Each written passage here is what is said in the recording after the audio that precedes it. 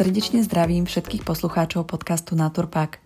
Som environmentálna konzultantka Ľubica Vargová a v nasledujúcich minútach vám priblížim časť povinností pre každého, kto poskytuje konečnému spotrebiteľovi jednorazový plastový obal na jedlo alebo jednorazový plastový pohár na nápoj. Ide napríklad o reštaurácie, bufety, rýchle občerstvenia, ale aj benzínové pumpy a stánky na trhoch v prípade, že ponúkajú zákazníkovi napríklad kávu v jednorazovom plastovom pohári. Povinnosti, o ktorých budeme dnes hovoriť, vstúpili do účinnosti od 1. decembra 2021.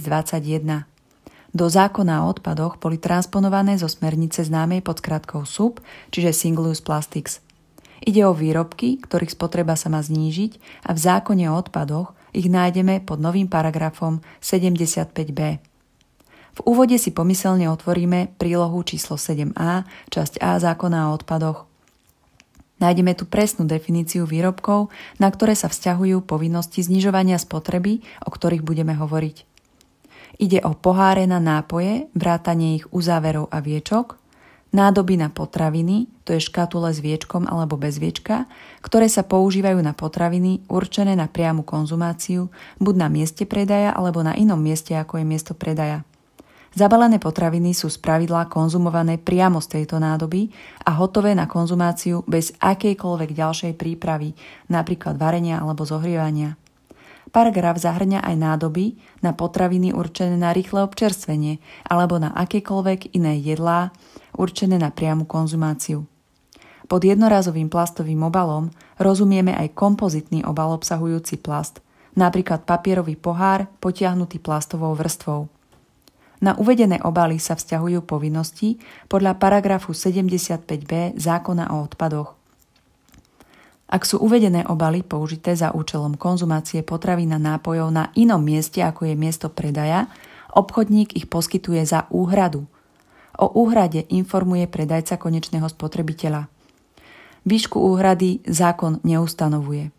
Dôvodová správa k zákonu, ktorým sa táto zmena zaviedla, hovorí o edukačnej funkcii smerom ku konečnému spotrebiteľovi, aby si uvedomil, že takýto výrobok musí byť dodatočne finančne zaťažený pre jeho nepriaznivé vplyvy na životné prostredie. Pokiaľ výšku úhrady neustanoví dodatočný vykonávací predpis, mala by byť z nášho pohľadu vyššia ako 0 eur, ideálne minimálne taká, aká bola nákupná cena spoplatnených obalov. O stanovisko smerom k výške úhrad sme požiadali Ministerstvo životného prostredia. Ďalšou povinnosťou je ponúkať konečnému spotrebiteľovi opakovane použiteľnú alebo biologicky rozložiteľnú alternatívu k jednorazovému plastovému obalu. V prípade opakovane použiteľných alternatív ide jednoducho o predchádzanie vzniku odpadov v praxi. Prevenčne má pôsobiť aj reštrikcia uvedených jednorazových plastových obalov v trvalých prevádzkach verejného a rýchleho stravovania za účelom konzumácie potravín a nápojov v mieste predaja.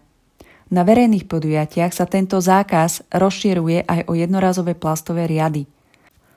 Organizátor verejného podujatia, v prípade, že poskytuje biologicky rozložiteľné výrobky, zabezpečuje ich následný triedený zber. Ten, kto poskytuje konečnému spotrebiteľovi uvedené jednorazové obaly, napríklad reštauračné zariadenia, bufety, prevádzky verejného a rýchleho stravovania, ďalej vedie evidenciu o jednotlivých výrobkoch uvedených na trh Slovenskej republiky, to je jednorazových plastových nádob na potraviny a jednorazových plastových pohárov na nápoje, vrátanie ich uzáverov a viečok, ktoré poskytli konečnému spotrebiteľovi za účelom odnosu potravín a nápojov, teda tie, ktoré použili na zabalenie potraviny pre zákazníka.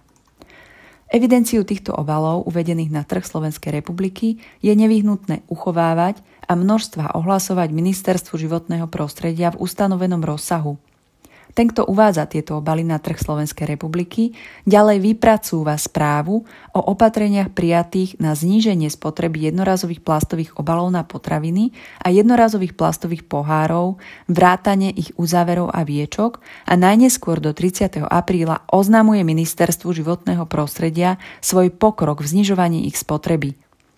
Bližšie informácie k evidenčnej a ohlasovacej povinnosti nie sú k dnešnému dňu, teda k 16. decembru 2021, zverejnené. Čakáme na vykonávaciu vyhlášku. Isté však je, že evidenciu je potrebné viesť už od 1. decembra 2021. Zákon o odpadoch býva často novelizovaný. Doplňajú ho aj vyhlášky. V množstve právnych predpisov nie je núdza a otázne momenty, s ktorými si podnikatelia nevedia rady. Organizácia zodpovednosti výrobcov Naturpack sa často dopytuje výkladu k jednotlivým statiam zákona na Ministerstve životného prostredia. Naším cieľom je porozumieť problematike a spracovať ju pre našich klientov v zrozumiteľnejšom jazyku.